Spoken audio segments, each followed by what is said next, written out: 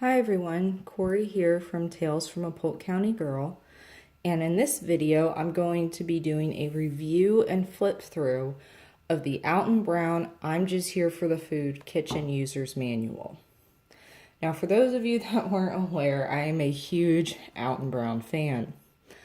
I love watching Good Eats, Cutthroat Kitchen, Next Iron Chef, essentially anything that Alton Brown has done or participated in, I have watched.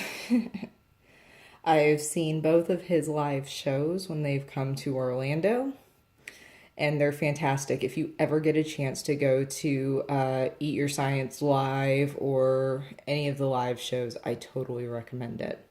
He also has a line of books out in addition to cookbooks, which, once I have the entire set, I will do a complete walkthrough of them. But this one I've just started using recently. My birthday was a few months ago, and usually I take half my birthday money, put it in the bank, and spend the other half on something I want. Well, because I'm such a huge Alton Brown fan and I want all of his books, I took all of the money this time and bought several of the books. I don't have all of them now, but I have most of them. And this is one of the ones I got. I had never really heard of this before. I didn't really know what to expect with this one. And as you can see, if you can hear it, it looks like a binder because it is a binder. And right down here it says, what to use instead, where to shop, your ideas, you will find it, your recipes, types of cuts, what to eat, favorite flavors, if you file it, critter maps. I have flipped through this already, and I have been using it, and I'll show you how I'm using it. But this is a really great resource for anybody that likes to cook or is just getting into cooking because of some of the helpful guides that I'm going to show you. Now, when you first open it up, I like that it lies flat like this. Oops, sorry. Granted, you can't, it doesn't lie completely flat though. It is angled. So, but it lies flat like that. The rings are on the back instead of in the middle. The first thing you get is this clear pocket, and it is a pocket, that doubles as both a page protector and splatter guard that you can move this throughout the book. The rings are nice and tight. Even though this isn't a planner, I do like to talk about the rings. The tabs that you have, get that out of the way, are laboratory, ingredients, and I've already bent one of my tabs, cooking, equipment, and there are actually 4 tabs after that that are blank. Now I have changed this around slightly, like taken a lot of the blank paper that was in each section and moved it. So in your laboratory section, starts out with this side's blank, but this isn't. And of course it gives you your measurements, by measurement equivalents in general, by weight, by volume, and this is wonderful. The next page does some temperature equivalents, and I like that. It's like, what does very cool in an oven mean? If you live at high altitudes, I mean, I'm sure you guys know to adjust your cooking times if you live in a high altitude, but it still tells you about that. And that's just the lab section. Your ingredients section, you have a second pocket. I think there's one for every pocket. And it starts off with a blank page, but then I love these food equivalent charts. It was when I saw these that I knew I had to do a video review of this binder.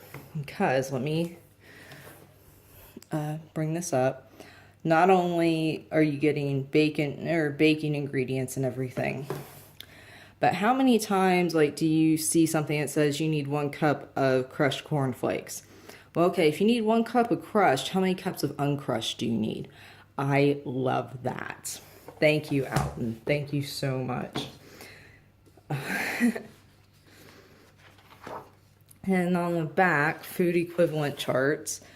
That's handy too. 1 cup of mashed bananas, so you need about 3 medium-sized bananas. 1 cup of sliced carrots, so you need 2 medium carrots. I mean, it just helps. It's so helpful.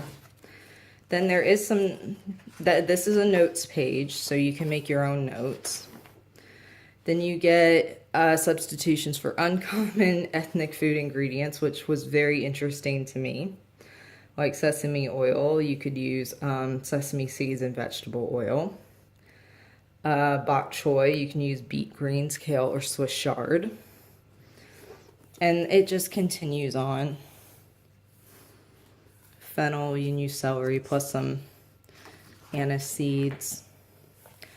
Alcohol substitutions in cooking, and this is a 2-page one as well. For this section alone, I love this binder. You know, more alcohol substitutions.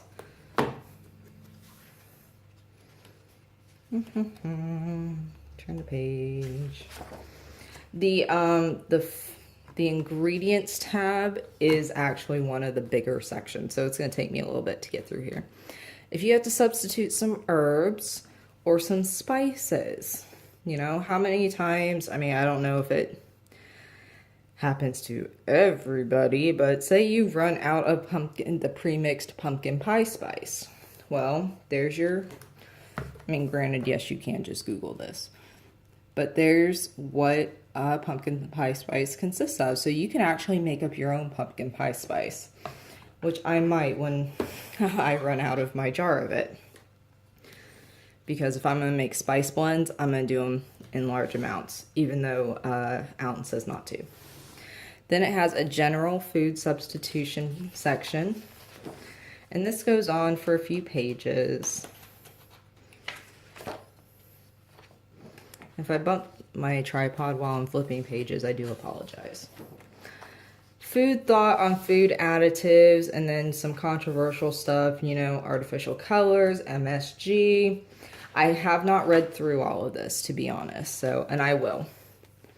Saccharin, sodium nitrate, sulfates, the not so quite controversial stuff like aspartame. That's debatable. I don't like aspartame or aspartame. You know, xylitol, some of these things I can't pronounce. Not very controversial at all. Thank you. I love the titles. Beta carotene, all that fun stuff. And then, so that's then some more of the not so controversial things. You have another notes page, and I like how he just gives you a blank sheet of paper to make your own notes on. Then the next is how to read a food label. It's wonderful. Alton is all about education, and I love that. Another blank notes page. The chicken blueprint. Now, if you're a fan of Good Eats, you remember the cow that gets dissected. Not a live cow, of course, but his fake cow that he dissects. This is like that, but in picture form. So, and I love this. I really do. And it goes into beef skeleton, lamb skeleton. There's the lamb blueprint. I love lamb. Pig. And piggy skeleton. So that was your ingredient section. Now on to the cooking section. Another page lifter, blank page to make notes on. And this just, there was excess note paper in here and I took it out. So the only thing that's in this section is pictorial descriptions of the different types of cuts. Equipment. Page protector, blank page. You know, your baking pan substitutions. Say you don't have 2 9-inch round cake pans, but you have 2 8x8x2 or a 13x9. Is that acceptable? Yes, it is. And it's wonderful. And I do like this casserole size charts. Like, okay, if you're making a 4-quart casserole, you need a really big pan instead of just guessing. This pan sizes by volume area is very nice as well. I love the muffin pan ones because I make a lot of single serving type things in muffin pans. Then he has some recipe cards, and I don't remember if I just kept all the recipe cards in here. Or no, these aren't the recipe cards, sorry. They say product, not recipe. For when you buy your kitchen equipment, like your stand mixer, your blender, anything like that, you can keep information about it, anything you know about it, like if it starts acting funky. So it's a good place to keep information like that. So you have a few pages of that. Now we get into the blank pages. And the blank pages ordinarily do not have anything behind them. Like I've said before, I have moved the notes I have made in various sections on various recipes and canning things. I have put on the note paper and just moved back here into these sections. So the second, this first tab is my canning notes and recipes that are off my phone. So I like to can pineapple and peaches and all that fun stuff. If you've never tried the IHOP copycat pancakes recipe, I totally recommend it. They crisp up so nicely. And that's all that's in here for right now. The next section, it's more of this blank paper. I mean, the paper varies. If you've ever seen his cookbooks, there's always an outline over here of like hardware, software type things, and then your recipe. So that he has set his kitchen manual up for you to use and lay it out similarly to his cookbooks, but blank paper.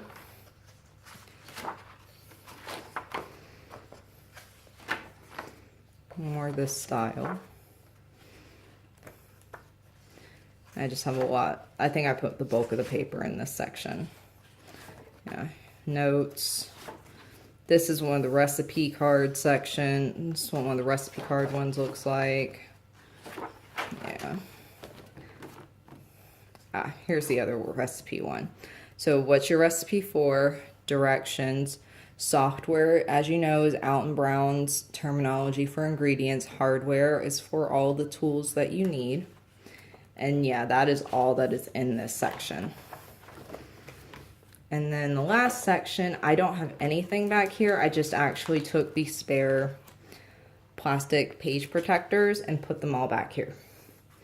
So if you're interested in getting this, you are able to get it off Amazon. That is the ISBN number if you're interested. I really do like this binder just for the fact that, I mean, I have many binders full of recipes, but this one I will be putting in things that I use on a regular basis, you know, recipes that I use repeatedly, like my canning recipes and all that. So my canning recipe may not have, for those of you that do can and watch this, it may not have looked like a proper canning recipe, but I know what the notes mean. So, well, thank you for watching. If you have any questions, please leave them down below. And if you like this video, give it a thumbs up and hit subscribe if you'd be interested in seeing more videos from me. Bye.